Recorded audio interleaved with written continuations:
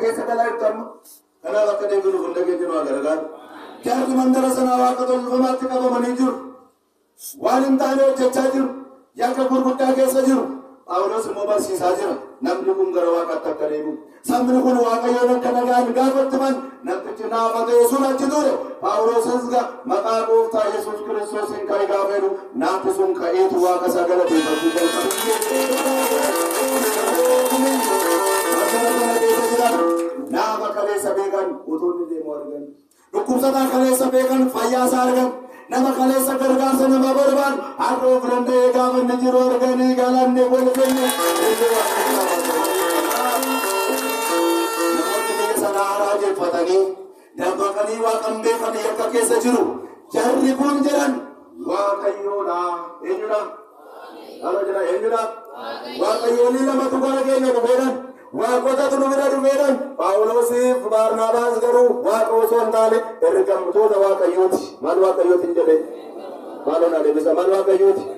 Waaqayyoon ergamanii sagalee isaan lallabaa jiru. Namoonni hin beekne kun naanii waaqonni dhufanii dhufanii sangoota qalanii aarsaa dhiyeessanii isaan waaqessu isaaniif sagaduu jalqabnaan Phaawulosiif Baarnaabaas fiigaa jara kanaa dhaqanii maal hojjechaa jirtu? Wanti isin gochaa jirtan kun maali?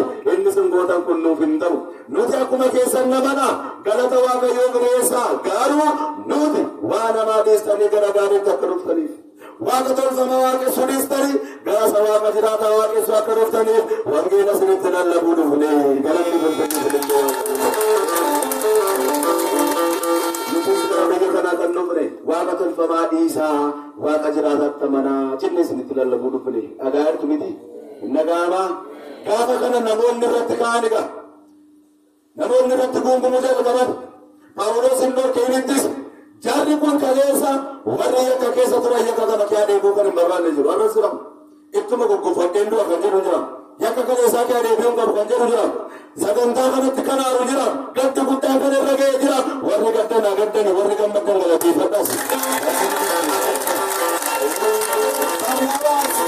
Phaawulosiin aari'achuu jalqabanii dhagaadhaan tumutti ka'anii maaliif tumutti ka'anii? Isinoo har'a dhagaa keessatti mul'atu malee warra sagalee waaqayyoo dubbatani warra wangeela mootummaa waaqayyoo labsani waan gaarii dhiisaa hammeenya farkaa baasaa warreenan harraba keessaniin tumaa ooltu birrii keessaniin iddoo meeqa deemtanii ajjeesisuudhaaf waan meeqa irratti yaadaa ooltu garuu hin danda'amu. Phaawulos akka jedhe hojii dhukkabootaa boqonnaa 14 kanarratti lakkoofsa 22 irratti laakkeedha nuutiidha rakkoo gurguddaa gidiraa gurguddaa rakkoo baay'ee keessa darbuudhaan mootummaa waaqayyootti galuun nuuf ta'a. Eessatti galuun? Dhagaadhaan naamnee girrifamnee hariyatamnee jibbamnee jecha baannee mootummaa waaqayyootti galuun nuuf ta'a. Har'a isinitti ni ba'a mootummaa waaqayyootti galuuni deemanii bareedanii tasanaanna'anii miti dubbichi rakkatanii girrifamanii soomanii sagadanii beelahanii rakkatanii sagadanii jibbamanii hariyatamanii mootummaa waaqayyootti galu malee mootummaan waaqayyoo kun akkasumaan kan itti galan miti. Qorumsa qaba, rakkina qaba, namaan jibbamuu qaba, jecha baachuu qaba, ari'atamuu qaba. Kana booda mootummaa waaqayyootti galama galanni fulfinni filillee waaqayyoo qaba. Gara waaqa jiraataatti, gara isaatti. Uummanni biyya kana waaqa jiraata qofa waaqessuu qabdu. Gosoota garaagaraa kana baastanii gatuu qabdu, dhiisuu qabdu kana booda. Waaqayyo sana gargaara. Ameen jiraata. Uumammoo walitti hin qabinaa. Yakka gareessaan immoo waliin arrabsina waan ta'e gaafa argitan immoo oduun odeessina barbaachisaa miti waan ta'eef maal miti waan ta'eef hin jedhee barbaachisaa miti waan ta'eef. Phaawulos Saa'ol kaleessa maqaa addaa qaba seenaa addaa qaba waaqayyo kanuma jijjiiree nama guddaa nama ulfinaas taasise nama har'a nuti yakkamaa deemnu nama har'a nuti qubatti qabnu nama har'a nuti cubbuusaa irratti lakkoofnu waaqayyo nama guddaa taasisa galanni bulbinni bililleessaa maqaa maal kana qofa Siilaasii fi Phaawulos guyyaa tokko wangeela gaafa lallabanii gara mandara tokko gaafa deemanii mandara sana keessa namoonni jiranii dubbii himtuu tokkotu jira hooda himtuu kan jedhamtu maal himtuu jedhe waan akkasii jira nama hooda himu bira deemtu carraa keessan ilaaluudhaaf waa'ee jireenya keessanii gaafachuudhaaf waa'ee dhala keessanii waa'ee hojii keessanii waa'ee gaala keessanii gaafachuudhaaf namoota hoodeeman bira deemtu sin namoota shinii gombisanii ilaalan bira deemtu sin namoota qoricha ilaalan kanaatu bira deemtusin nama akka kanaatu mandara sana keessa tureedha. Hojiin qaboota boqonnaa 16 lakkoofsa 16 irraa jalqabee. Hojiin qaboota meeqan jedhe? Adeemsaa kai? Boqonnaa 16 lakkoofsa meeqa? Lakkoofsa 16 irraa jalqabee dubbii kanatu jira. Dubartiin kun oduu odeessiti akkasumatti dubbatti turte.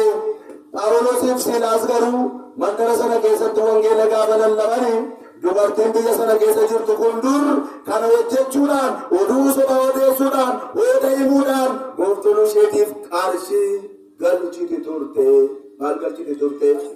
Isinoo gaafa bira dhattan birrii kaffaltuuf midire kaffaltamoo kaffaltan qeessis fakkaatanii kitaaba isinii dubbisanii waan ta'e godhanii xaxanii isinitti kennanii mormatti dadhabanii mana keessa kaa'anii iddoo akkasii awwaalloo dhedhanii gaafa isaan isinitti kennan birrii sana harkaa fuudhu isaanis birrii sana jaallattanii itti laattu. Maal godhanii itti laattu? Mana Waaqayyoo gaafa dhuftan garuu hin baastan. Kuma kudhan fidii amma sii raawwata kuni himmi kooftaa qaateen lafa isa kaasii jedhe kooftaa gochaa birrii fuutee itti laatta. Dhugaa dama sobadha. Dubartii akkanaatu ture biyya sana keessa kan akkasii biyya kana keessa buutuudha. Akka irraa deebitaniif Waaqayyo sana gargaara. Kanneen jedhaadha. Hundi keessanuu deemtu dhukkubsattanii rakkatanii hundi keessanuu deemtu nama rakkisuudhaaf. Kana booda garuu dhiisuu danda'u sinirra jiraata. Kana booda waaqa tolfamaa waaqa harkee bira warra hoo deeman bira warra isinii ilaalan bira deemuu dhiisuu qabdu.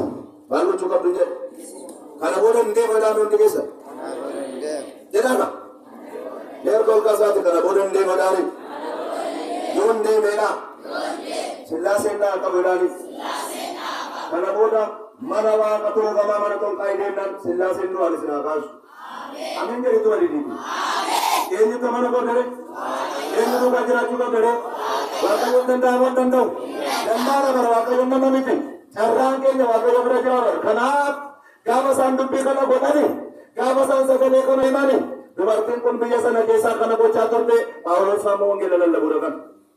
Ilaa beektusin namni wangeela lallabuu jira namni odaa himuu jira namni carraan wal fakkeessa kan deemu amma baay'eedha isinii galee. Kanaaf gaafa isaan mandara sana keessa jirani dubartiin kaleessa sobdee nama harkaa birrii funaanna turte. Maal goote? Dubbichi dhugaadha moo sobadha? Warra waan ta'e godhanii isinitti kennan qoricha isinitti kennan wantichi dhugaadha moo sobadha? Wantichi gaariidha moo waan galeedha? Kanaafuu gara gaarummaatti kottaa nammata waan galee kana bira dhaqqina. Warroonni akkas godhanii nama gidirsan Waaqayyo du'aan isaan haa baasu. Gara beejjidha Waaqayyo du'aan isaan haa baasu. Isinis bira danda'an hin duudu jechaadha. Kanaaf gaafa kana dubartiin kun hanqeette badduun koo isaan booda deemteetu Phaawulosiif Siilaas booda deemte maaloo dhaggeeffadhaa warri kuni hojjettoota Waaqayyooti. Maal Waaqayyooti? Sobdi barre sobdi si jajjaman hundi gaafatti kaatu gubbaa keessee gooftaa koo maal koo siin jette nama qulqulluudha nama gaariidha siin jette si jajji eenyu siin jedhe seetanni kun seetan uffattee jirti kun dubbisa barbaachaa jirti sobdee fakkeessineetu isaan kun hojjette.